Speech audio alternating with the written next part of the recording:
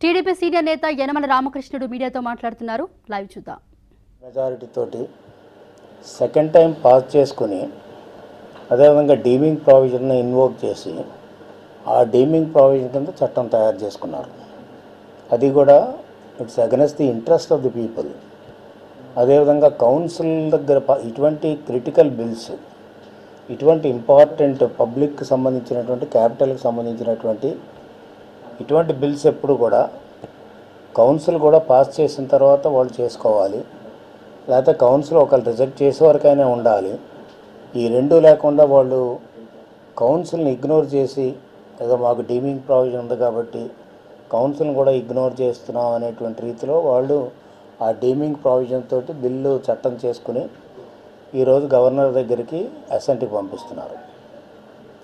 అంటే అది ఇది కూడా గవర్నర్ గారు పరిశీలించవలసినటువంటి అవసరం ఉంది చాలా డీటెయిల్డ్గా. ఆ రోజున కౌన్సిల్లో ఎందుకు రిజెక్ట్ చేశాము, ఎందుకు దీన్ని సెలెక్ట్ కమిటీకి పంపించాము అనేటువంటిది కూడా గవర్నర్ గారు ఆలోచించాలి. అదేవిధంగా రెండోసారి ఈ బిల్లు వచ్చినప్పుడు మాకుండేటువంటి ఆప్షను ఎందుకు ఉపయోగించుకోలేదు, ఏం చేద్దంటే బిల్స్ రెండు కూడా కౌన్సిల్ ముందు సెలెక్ట్ కమిటీ ముందు ఉన్నప్పుడు రెండోసారి బిల్లును తీసుకొచ్చేటువంటి అవకాశం ఎక్కడుంది ప్రభుత్వానికి అనేది టెక్నికల్గా ఆలోచించవలసినటువంటి అవసరం ఉంది. అదేవిధంగా ప్రాక్టికల్గా ఆలోచించవలసినటువంటి అవసరం కూడా ఉంటుంది. బిల్స్ సంబంధించినంత వరకు ఒక ప్రక్కన పెడితే ముఖ్యంగా చూసుకున్నట్లయితే ఈనాడు రాష్ట్రంలో ఉండేటువంటి పరిస్థితి ఏంటి, ఈనాడు అక్కడ అమరావతి ఏరియాలో జరుగుతున్నటువంటి యాజిటేషన్ మోర్ దాన్ 200 days అయింది. అదేవిధంగా లేడీస్ కానీ పిల్లలు కానీ పెద్దవాళ్ళు కానీ అంతా కూడా అదేవిధంగా రాష్ట్ర వ్యాప్తంగా యాజిటేషన్ జరుగుతున్నాయి. ఎవరు కూడా ఎక్సెప్ట్ గవర్నమెంట్లో ఉన్న వాళ్ళు కొంతమంది ఏదైనా వీటిని ప్రమోట్ చేయొచ్చు కానీ వాళ్ళకి కావాలని అనుకోవచ్చు కానీ, బట్ రాష్ట్రంలో ఎవరు కూడా 3 క్యాపిటల్స్ కావాలని ఎవరు అనడం లేదు. అందుచేత ఇటువంటి యొక్క సర్కమ్స్టాన్సెస్లో గవర్నర్ కానీ లేకపోతే కాన్స్టిట్యూషనల్ అథారిటీ, ఇక్కడ గవర్నరు అక్కడ ప్రెసిడెంట్ గారు కూడా ఇవన్నీ ఆలోచించవలసినటువంటి అవసరం ఉంది. Because governor is the custodian of the constitution which is given by the people of India. అంచేత ఇదేదో ఒక చట్టసభ ఇచ్చినటువంటి రాజ్యాంగం కాదు, అంచేత ఏదో ఒక 2 చట్టసభలు పార్లమెంట్ ఇచ్చిన రాజ్యాంగం కూడా కాదు. మనమే రాజ్యాంగాన్ని ఇచ్చుకున్నాం. అంచేత people are the ultimate authority in the constitutional setup. అంచేత ప్రజల యొక్క అభిప్రాయం కూడా గవర్నర్ గారు తెలుసుకోవాల్సినటువంటి అవసరం ఉంది, చూడవలసిన. ఒకటి ప్రజల అభిప్రాయాన్ని దృష్టిలో పెట్టుకోవాలి, రెండవది లీగల్ అభిప్రాయాన్ని కూడా దృష్టిలో పెట్టుకోవాలి. ఓకే, లీగల్ ఆస్పెక్ట్కి వస్తే మన దగ్గర జరిగినటువంటి చూసినట్లయితే ఇక్కడ మన దగ్గర జరిగినటువంటి సిస్టమ్ ఇందాక నేను చెప్పాను. అంటే గవర్నమెంట్ మెజారిటీ ఉండాలి కానీ బుల్డోజ్ చేస్తూ ఒక పాలసీని తీసుకొచ్చినప్పుడు కౌన్సిల్లో దీన్ని రూల్ 71 కింద డిజప్రూవ్ చేశాం. డిజప్రూవ్ చేస్తున్నటువంటి పాలసీ మళ్ళీ తీసుకురావడం అనేటువంటిది కరెక్ట్ కాదు. ఏం చేద్దంటే అది కూడా పబ్లిక్ ఒపీనియనే. అదేవిధంగా ఓకే, డిజప్రూవ్ చేసినప్పుడు కూడా బిల్ని డిస్కస్ చేశాం, తెచ్చినటువంటి బిల్స్ 2 బిల్స్ కూడా డిస్కస్ చేశాం, various pros and cons discuss చేసినప్పుడు ఆ బిల్స్ని మేము సెలెక్ట్ కమిటీకి పంపించాం. మేము రిజెక్ట్ చేయలేదు, డిబేట్ చేశాం. డిబేట్ చేసి సెలెక్ట్ కమిటీకి పంపించి, సెలెక్ట్ కమిటీ అంటే ఏంటి, to illicit the opinion of the public. అంటే పబ్లిక్ ఒపీనియన్ కూడా తీసుకోవటానికి ఈ ప్రభుత్వం వ్యతిరేకంగా ఉందనేటువంటిది చాలా స్పష్టంగా అవుతుంది. ఏదేమైనప్పుడు కూడా మాకుండేటువంటి అధికారాలతోటి సెలెక్ట్ కమిటీకి పంపించాం. దాన్ని ఏదో సెక్రటరీ అడ్డు పెట్టించడం, సెక్రటరీ చేత అడ్డు పెట్టించడం ఇవన్నీ కూడా చేసుకున్నారు ప్రభుత్వం. చేయకూడని పని ప్రభుత్వం కూడా చేసింది. ఇప్పుడు ఇటువంటి సిస్టమ్ లెజిస్లేచర్లో జరగలేదు. Secretary is always obedient to this chairman. అటువంటిది కాకుండా చైర్మన్ ఇచ్చినటువంటిది కూడా వ్యతిరేకించినటువంటి పరిస్థితులు ఎక్కడ కనపడలేదు నాకు తెలుసున్నంత వరకు కూడా. వీళ్ళు చేశారు. అంచేత ఇక్కడ మన అసెంబ్లీ లెజిస్లేచర్కి సంబంధించినంత వరకు కూడా ఇక్కడ లెజిస్లేటివ్ ప్రాసెస్ కంప్లీట్ కాలేదు. ఎంచేతంటే లెజిస్లేటివ్ ప్రాసెస్ ఎప్పుడు కంప్లీట్ అవుతుందంటే కౌన్సిల్ ఉన్నప్పుడు. కౌన్సిల్ చెప్పేది చెప్పాలి, అసెంబ్లీ చెప్పేది చెప్పాలి. అల్టిమేట్గా రెండింటి ఒపీనియన్ తీసుకుని తర్వాత ఫైనల్గా ఒకవేళ కౌన్సిల్ రెండోసారి కూడా ఒప్పుకోకపోతే డీమింగ్ ప్రావిజన్ వస్తుంది. రెండోసారి మేము ఒప్పుకోవడం అనేటువంటి ప్రశ్న లేదు ఇక్కడ. ఎంచేతంటే అది రెండోసారి రావడం అనేటువంటిది తప్పు అనేటువంటిది మా వాదన చేశాము. ఎంచేతంటే వాళ్ళ ఏజీఏ స్వయంగా ఈ రెండు బిల్స్ కూడా సెలెక్ట్ కమిటీ ముందు ఉన్నాయనేటువంటిది హైకోర్టుకి ఇచ్చినటువంటి సందర్భం, హైకోర్టులో చెప్పినటువంటి సందర్భం. అంచేత ఇక్కడ ఒకటి సెలెక్ట్ కమిటీ ముందు రెండు బిల్స్ ఉండగా రెండోసారి ప్రభుత్వం మరి అదే బిల్ని అసెంబ్లీలోకి ఎందుకు తీసుకురావాలి ఒకటి. రెండవది చూసేటప్పటికి వాళ్ళు ఏజీఏ స్వయంగా ఈ బిల్స్ రెండు కూడా కోర్టులో ఉన్నాయని చెప్పిన తర్వాత మళ్ళీ అదే బిల్స్ని మళ్ళీ తీసుకురావాల్సినటువంటి అవసరమే ఉంది మళ్ళీ రెండోసారి. అదేవిధంగా మూడోది చూసినట్లయితే పబ్లిక్ అంతా ఈ 3 క్యాపిటల్స్కి వ్యతిరేకంగా ఉంటే మొత్తం మెజారిటీ కానీ లేకపోతే ఇంచుమించు ఏదో కొద్దిమంది ఉంటే ఉంటారు. దీని అవసరం లేదనేటువంటి అభిప్రాయం ఎక్స్పర్ట్స్ కానీ పబ్లిక్ కానీ అందరూ కూడా ఎక్స్ప్రెస్ చేస్తూ ఉంటే, యాజిటేషన్ చేస్తూ ఉంటే రెండవసారి తీసుకొచ్చి బలవంతంగా ప్రజల మీద రుద్దవలసినటువంటి పనే ఉంది. అంచేత ఇవి సర్కమ్స్టాన్సెస్ని గవర్నర్ గారు దృష్టిలో పెట్టుకోవాలి. దృష్టిలో పెట్టుకుని లీగల్గా చూస్తే, కాన్స్టిట్యూషన్గా చూస్తే ఎప్పుడు కూడా central law prevails over the state law రాజ్యాంగ ప్రకారంగా. ఇది నా లెక్క ప్రకారంగా సెంట్రల్ లాకు సంబంధించినటువంటి ఇష్యూ. ఎంచేతంటే బైఫర్కేషన్ అనేటువంటిది సెంట్రల్ లా ప్రకారంగా ఏదైతే ఏపీ రియోగేషన్ యాక్ట్ 2014 ప్రకారంగా జరిగినటువంటి వాస్తవం అందరికీ తెలుసు. దాంట్లో ఉండేటువంటి సారాంశమే కమిటీ క్యాపిటల్ నిర్ణయించడానికి కమిటీ వేయాలి. అంతే ప్రావిజన్స్ నేను కోట్ చేయడం లేదు, కానీ దాంట్లో ఉండేటువంటి ప్రావిజన్స్ కమిటీ వేయాలి. ఆ కమిటీ శ్రీకృష్ణ కమిటీ, అది రాష్ట్రం అంతా తిరిగింది. వాళ్ళు కొన్ని సజెషన్స్ ఇచ్చారు, అదేవిధంగా సజెషన్స్ ఇస్తారు, వాళ్ళు కమిటీ వేస్తాము, కమిటీ వేశారు. దేని బేస్ చేశారు? Basing on the central legislation committee వేశారు. కమిటీ వేసిన తర్వాత committee has stood the entire state. చేసిన తర్వాత వాళ్ళు రికమెండేషన్స్ ఇచ్చారు. ఆ రికమెండేషన్లో ఒక రికమెండేషన్ ఆనాటి గవర్నమెంటు దాన్ని అమరావతి క్యాపిటల్ను అప్రూవ్ చేసింది. చేసిన తర్వాత దిస్ ఇస్ సిస్టమ్. అప్పుడు స్టేట్ గవర్నమెంట్ దాన్ని వయలేట్ చేస్తూ ఏదైనా లా తీసుకురావాలనుకున్నప్పుడు, లేకపోతే దాన్ని కాంట్రాడిక్ట్ చేస్తూ లా తీసుకురావాలనుకున్నప్పుడు, అంటే వీళ్ళు ఇంకో క్యాపిటల్ పెట్టాలనుకున్నప్పుడు దాంట్లో స్పష్టంగా చెప్పారు ఏ క్యాపిటల్ని. ఏ క్యాపిటల్ అన్నప్పుడు క్యాపిటల్స్ అనేటువంటి పదం ప్లూరల్ రావాలంటే మళ్ళీ పార్లమెంట్లో చట్టం చేయవలసినటువంటి అవసరం ఉంది. అంచేత పార్లమెంట్ చట్టాన్ని పార్లమెంటే అమెండ్ చేయగలదు, కానీ రాష్ట్ర ప్రభుత్వం అమెండ్ చేయలేదు అనేటిది నెంబర్ 1. నెంబర్ 2 వచ్చేటప్పటికి వాళ్ళు చూస్తే ఈనాడు అది సెంట్రల్ లా. అంచేత వీళ్ళు ఒకవేళ ఏదైనా కన్కరెంట్ లిస్ట్లో ఉన్నా లేకపోతే సెంట్రల్ పరిధిలో ఉన్నప్పటికీ కూడా వీళ్ళు ఏదైనా చట్టం తీసుకురావాలనుకుంటే prior permission of the government of India తీసుకోవాలి జనరల్గా. వీళ్ళు అది కూడా తీసుకోలేదు, అక్కడ కూడా వయలేషనే. ఒకవేళ లేదు వీళ్ళు చట్టం తీసుకొచ్చారు, మాకు పవర్ ఉంది, అసెంబ్లీ కౌన్సిల్ మేము పాస్ చేసుకుంటామనే లైన్లో తీసుకొస్తే ఇక్కడ కాంట్రవర్సీలో పడిన తర్వాత ఈరోజు ఉన్నటువంటి పరిస్థితి చూస్తే దీన్ని అందుకని ముందు కూడా చెప్పాను నేను. ఎంచేతంటే గవర్నర్ అసెంట్కి వెళ్ళినప్పుడు, అంటే ఇప్పుడు లేట్ అయిందా, దాదాపు 7 నెలలు అయిపోయినట్టుంది.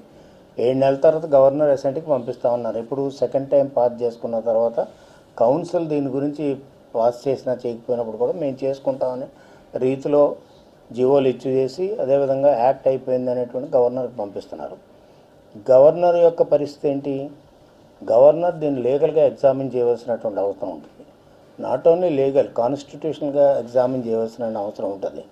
సెంట్రల్ లాలో ఉండేటువంటి పార్ట్స్ స్టేట్ లా ఎట్లాగా ఓవర్కమ్ అవుతుంది అనేది బేసిక్ పాయింట్. సెంట్రల్ లాలో ఒకలాగుంటే వీళ్ళు స్టేట్ ఇంకో దాని కాంట్రడిక్షన్గా తీసుకొస్తే అది ఇక్కడ చట్టం ఎట్లా అవుతుంది అనేటువంటి రెండో పాయింట్.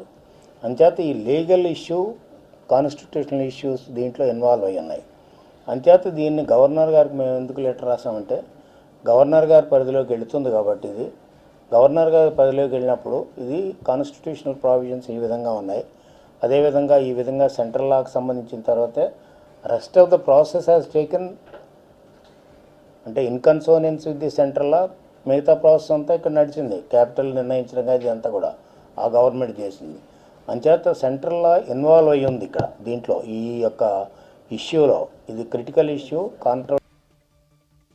సెంట్రల్ లా ఇన్వాల్వ్ అయ్యి ఉంది కాబట్టి, రీఆర్గనైజేషన్ యాక్ట్ దాని ప్రకారంగా జరిగింది కాబట్టి, అంచేత గవర్నర్ గారిని కోరింది ఏంటంటే మీరు దీన్ని ప్రెసిడెంట్ యొక్క అసెంట్కి పంపించండి అని కోరాం. అంచేత ఎందుచేత కోరామంటే ఏపీ రీఆర్గనైజేషన్ యాక్ట్ పార్లమెంట్లో పాస్ అయిన తర్వాత ప్రెసిడెంట్ అసెంట్కి వెళ్ళింది.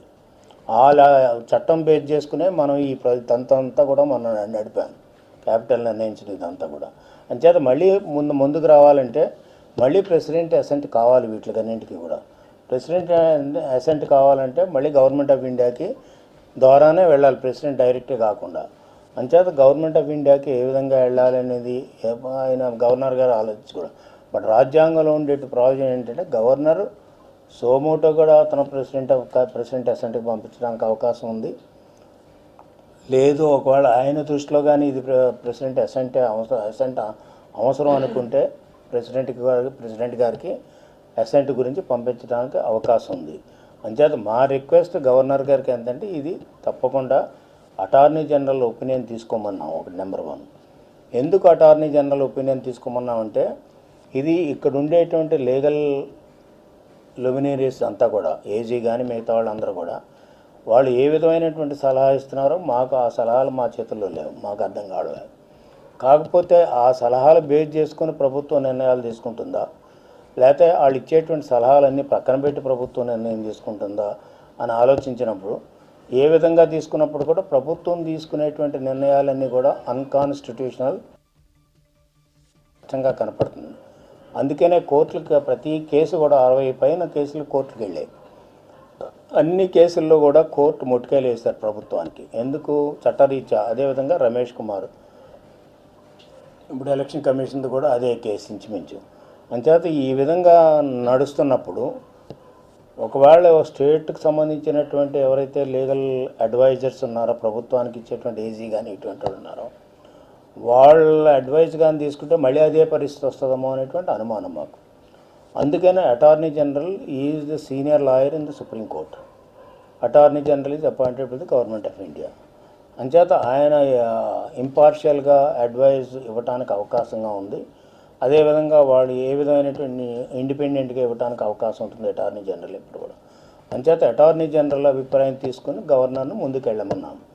అది నెంబర్ 1. నెంబర్ 2, గవర్నర్ కూడా ఆయన కూడా ఎక్స్పీరియన్స్డ్ పర్సన్, పొలిటికల్గా కూడా చాలా ఎక్స్పీరియన్స్ ఉన్న అతనే.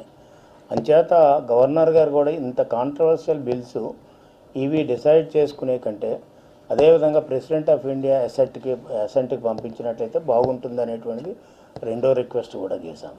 అంచేత ఇది ప్రెసిడెంట్ ఆఫ్ ఇండియా అసెంట్కి వెళ్లకుండా గవర్నరు దీన్ని ఏ విధంగానూ యాక్ట్ చేయడం కుదరదు.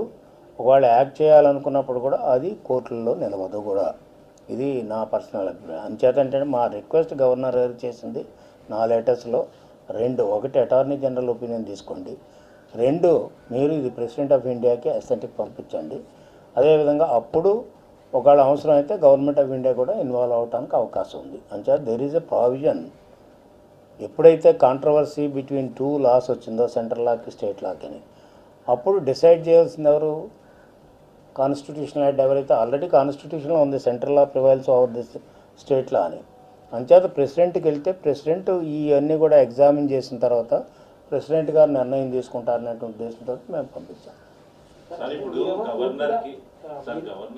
గవర్నరే రాష్ట్రపతికి పంపాలా లేకపోతే ప్రభుత్వం ఏమో గవర్నర్కి మేమే రాష్ట్రపతికి పంపాలి? ప్రభుత్వానికి సంబంధం లేదు. ఒకసారి చట్టం అయిపోయిన తర్వాత, చట్టం అయిందని వాళ్ళు భావించిన తర్వాత అది గవర్నర్కి అసెంట్కి పంపిస్తున్నారు అనేది నా ఇన్ఫర్మేషన్.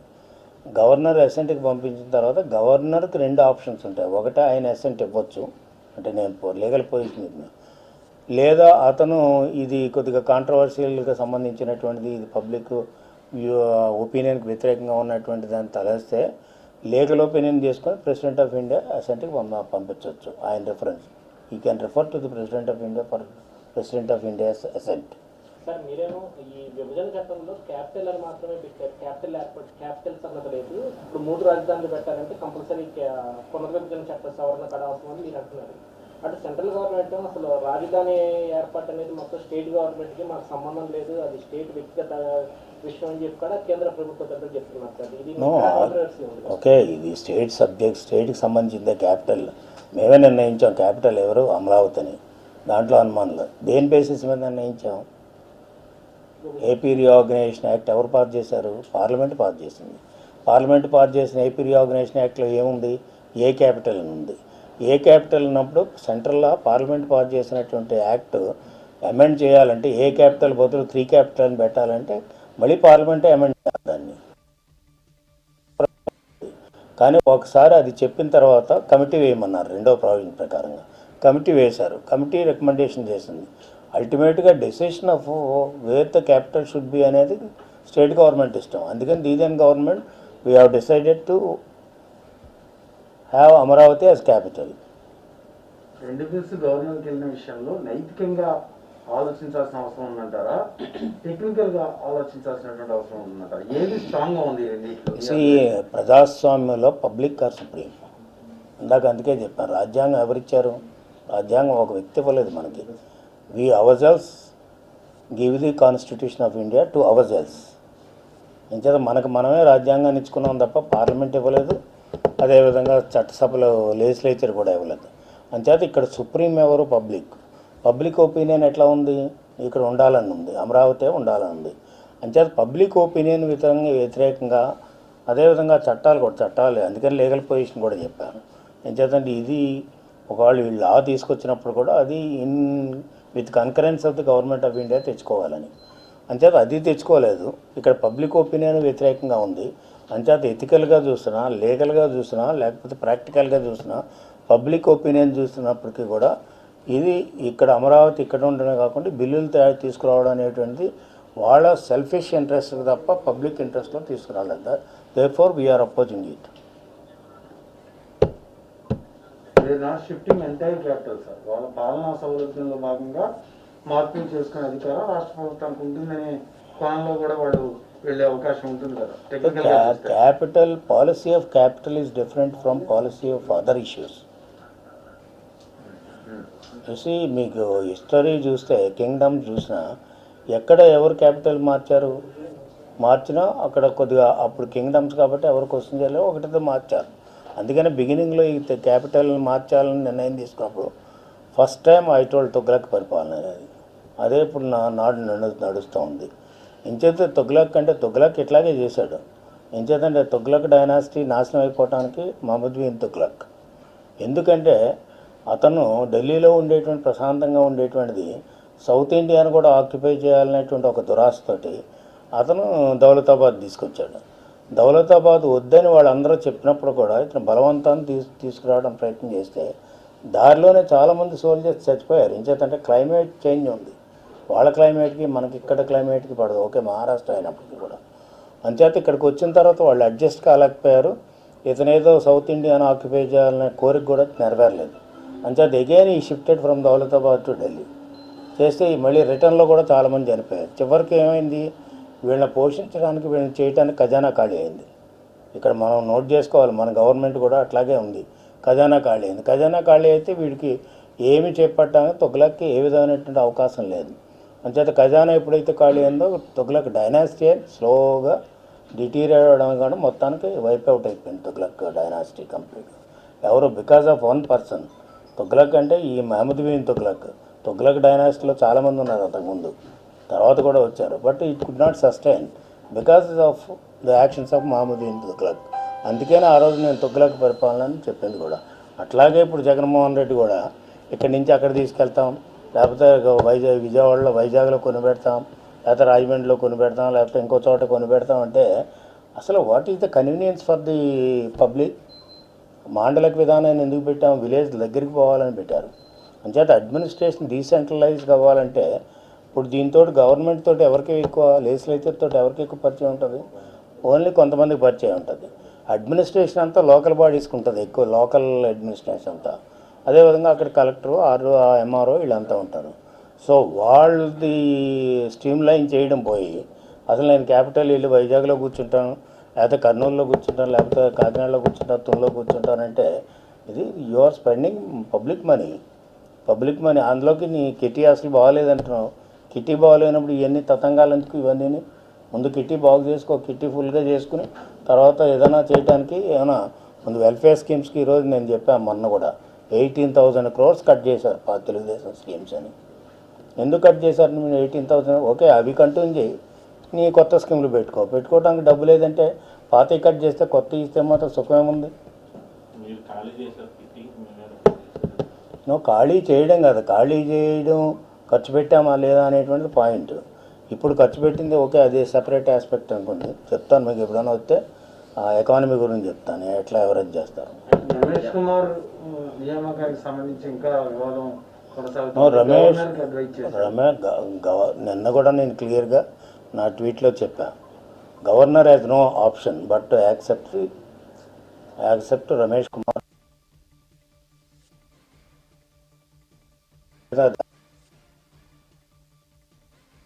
చేత ఒకసారి హైకోర్టు జడ్జిమెంట్ ఇచ్చిన తర్వాత హైకోర్టు జడ్జిమెంట్ ఏదైతే ఏ రోజునైతే జడ్జిమెంట్ ఇస్తుందో ఆ రోజు నుంచి కంటిన్యూ అవుతున్నట్టే లెక్క.